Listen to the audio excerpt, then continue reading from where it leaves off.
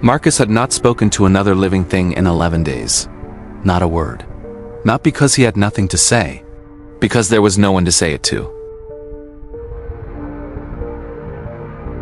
On the 12th day, a dog sat down beside him on the sidewalk of East 138th Street. It was January. It was 4 degrees Celsius. Marcus had 40 cents in his pocket and nowhere to sleep that night. The dog sat down and looked at him. Marcus looked back. He said, "I can't help you." The dog did not leave. That was the beginning.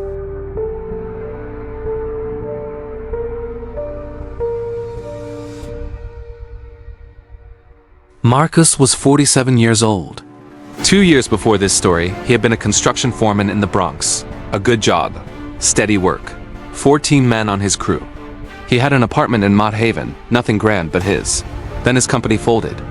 Then the back rent piled up. Then the apartment was gone. It happened faster than he could have imagined. 6 months from employed to the street.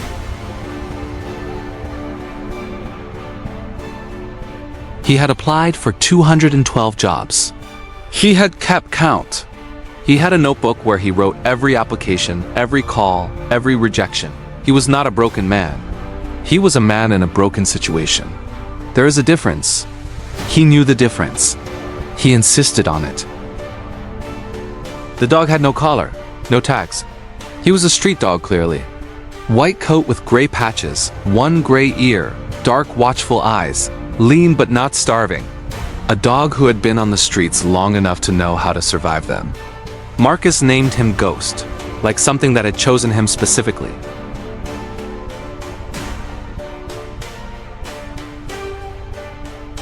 Ghost understood cold the way street animals understand cold. He pressed against Marcus at night, not beside him. Against him. His body heat, not large, but real, against Marcus's left side every night they were together.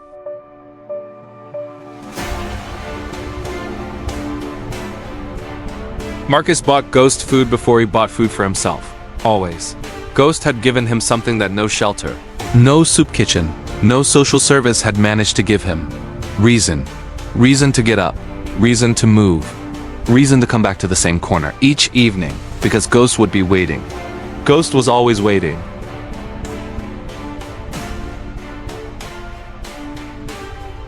Ghost was always waiting.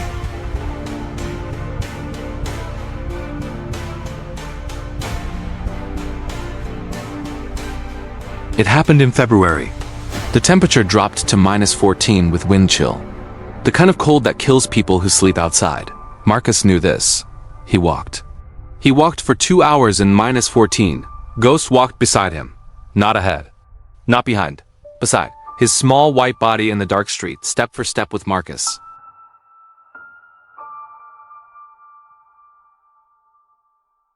He found a subway entrance, not the platform, just the stairwell. Warmer than outside. Not warm. He went down the stairs. Ghost went with him. They sat in the stairwell for 3 hours. Marcus wrapped himself around Ghost. He was not warming the dog. The dog was warming him. He understood this. He held him tighter.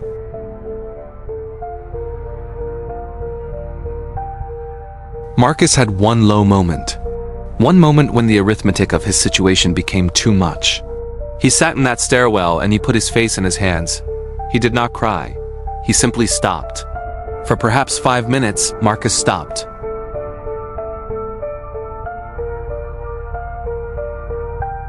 Ghost did not let him stop for long.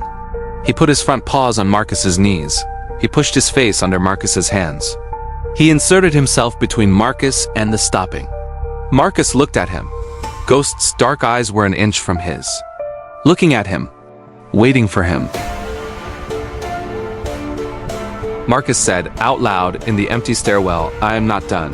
He said it to the dog. He said it to himself. He said it to whatever was listening in the cold concrete stairwell. Then he stood up. Ghost jumped down and went to the stairs. Looking back, ready.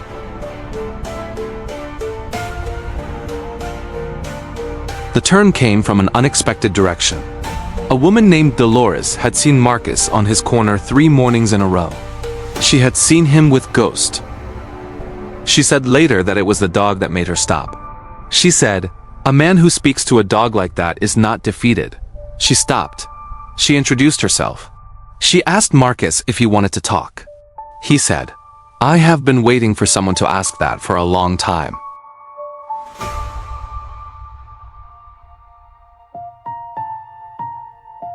The housing program did not allow dogs.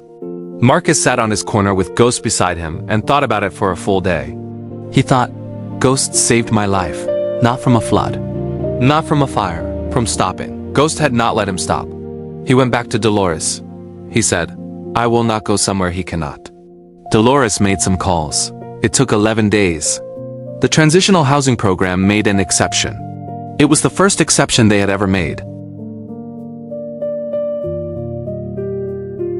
Marcus entered the transitional housing on March 14th. Ghost went with him. It was a small room, barely larger than a parking space. It had a bed. It had a lock on the door. It had a radiator that worked.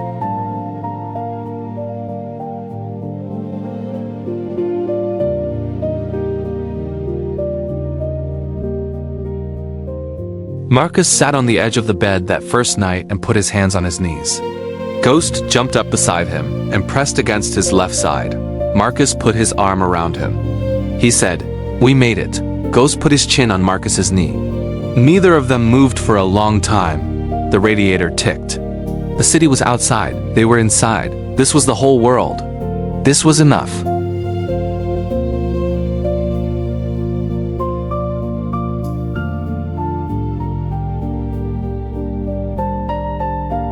Marcus completed the job retraining course 8 months later.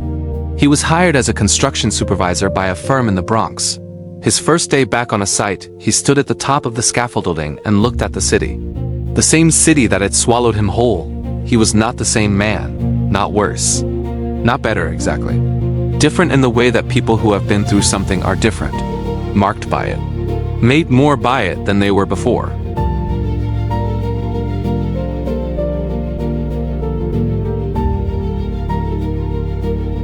Ghost lives with Marcus in a one-bedroom apartment in Mott Haven, 3 blocks from where Marcus used to live. He sleeps on the bed, every night, against Marcus's left side, always.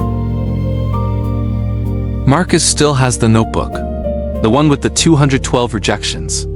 He kept it, not to remember the pain, to remember the counting, because a man who is still counting has not stopped. And a man who has not stopped has not lost. Ghost taught him that, not with words, with his front paws on Marcus's knees in a subway stairwell. With his dark eyes an inch away saying, "I am here. I see you, get up." Some rescues happen in floodwater. Some happen in fires. Some happen on the sidewalk of East 138th Street. On a January day, when a dog sits down beside a man and does not leave.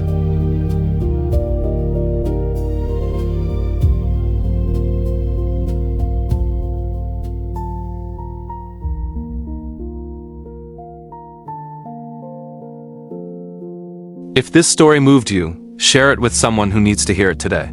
Subscribe to Bound to Survive. A new story every week.